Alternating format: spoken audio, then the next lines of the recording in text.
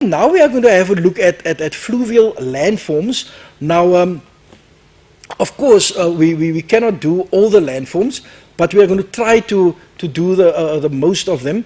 I am especially going to have a look at meanders and waterfalls because those are your popular questions. Now, if you have a look at your fluvial landforms, people, these are ones that you must know. You must know how Oxbow lakes are formed. Don't worry, we're coming to that. Here's your floodplain, here's our meander again, here's the braided stream, delta. You must know all of these things. But what's very important, people, is that they can ask you in the exams, what are floodplains? Floodplains are found in the lower course of the river, and they are flat and immediately next to or adjacent to the river. See that you are in a position of answering that question. What is a fluvial floodplain?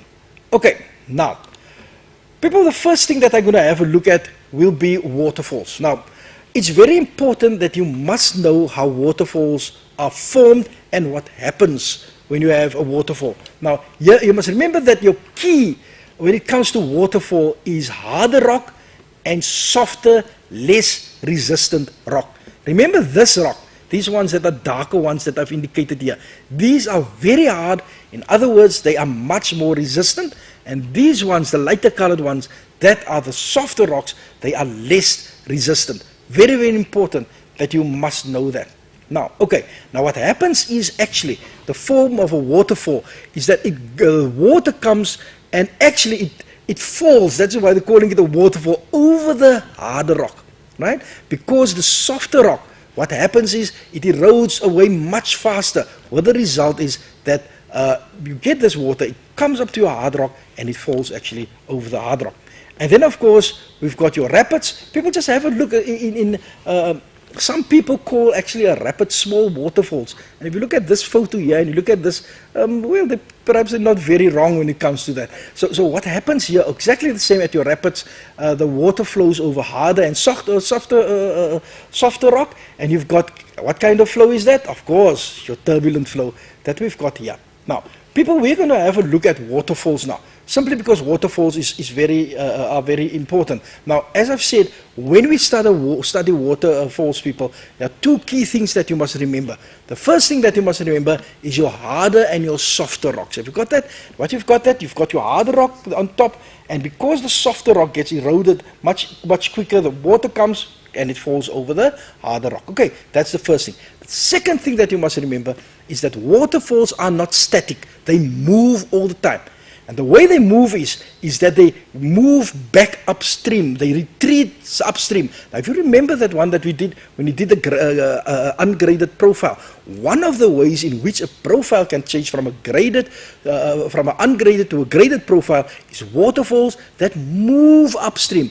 Now, I'm going to show you a video clip now, and I want you to definitely have a look and take note of the following. Firstly, the hard rock and the soft rock, and secondly, how a waterfall actually moves upstream. Let's have a look at this.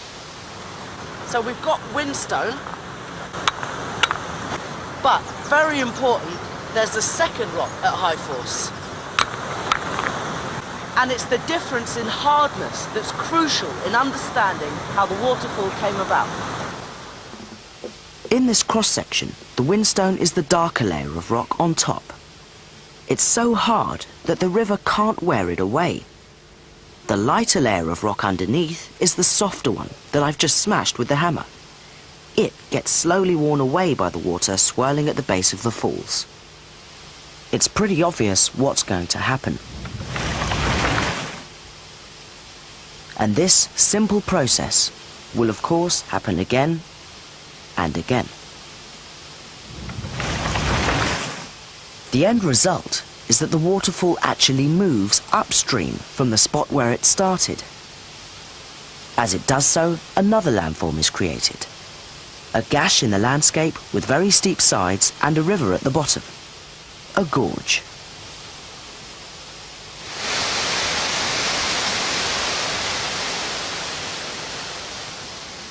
And a gorge is exactly what lies immediately downstream from the waterfall at high force.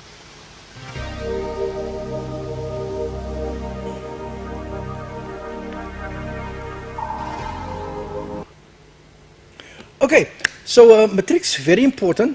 I hope that you've caught that on the video clip that we've shown you.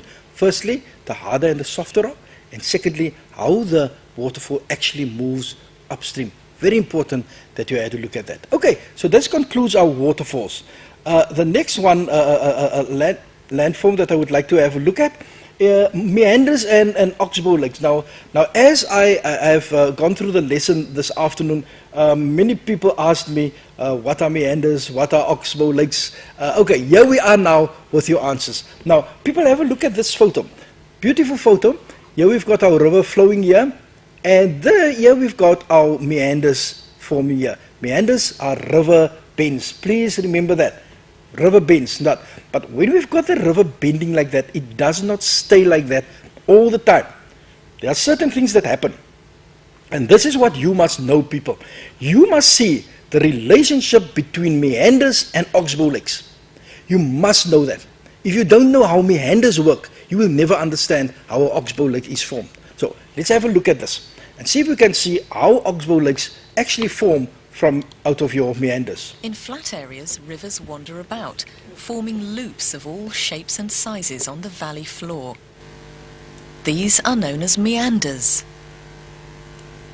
Although they all look different from above, they share the same common features. As you can see, on the outside of the bend, where the water's moving faster, it's cutting into the landscape, forming that long cliff. But here, on the inside of the bend, where the water's moving much slower, all this stuff is being deposited. The erosion has left a very small neck on the meander.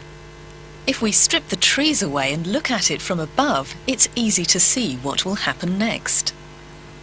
The fast-moving stream will continue to erode the banks on the outside of the bends. It also erodes the area around the meander's neck. Eventually, the river breaks through, cutting off the meander and forming an oxbow lake.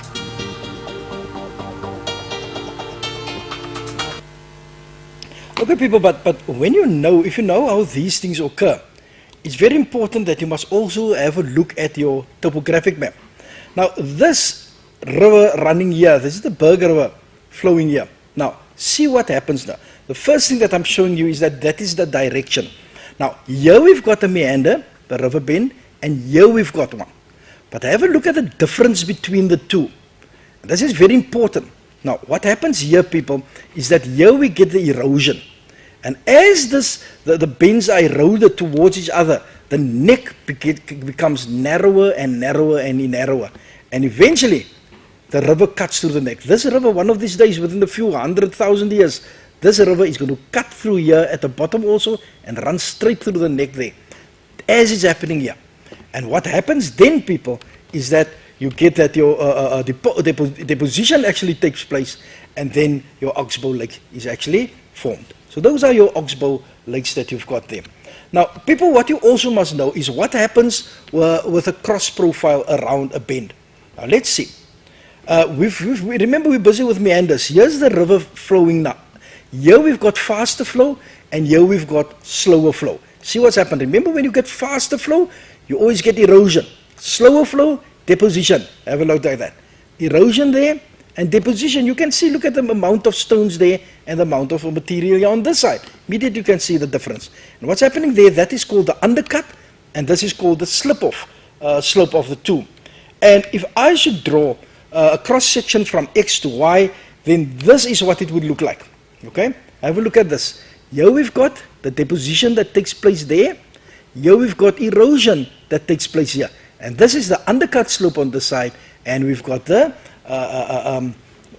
undercut and the slip-off slope on this side. So this happens actually, it's very easy. So let's just have a look. At the site of erosion on the outside bend, a steep river cliff is created. The water piles up on the outside bend due to centrifugal force. A bottom current is set up in a corkscrew motion which deposits the eroded material on the inner bank, forming a slip-off slope.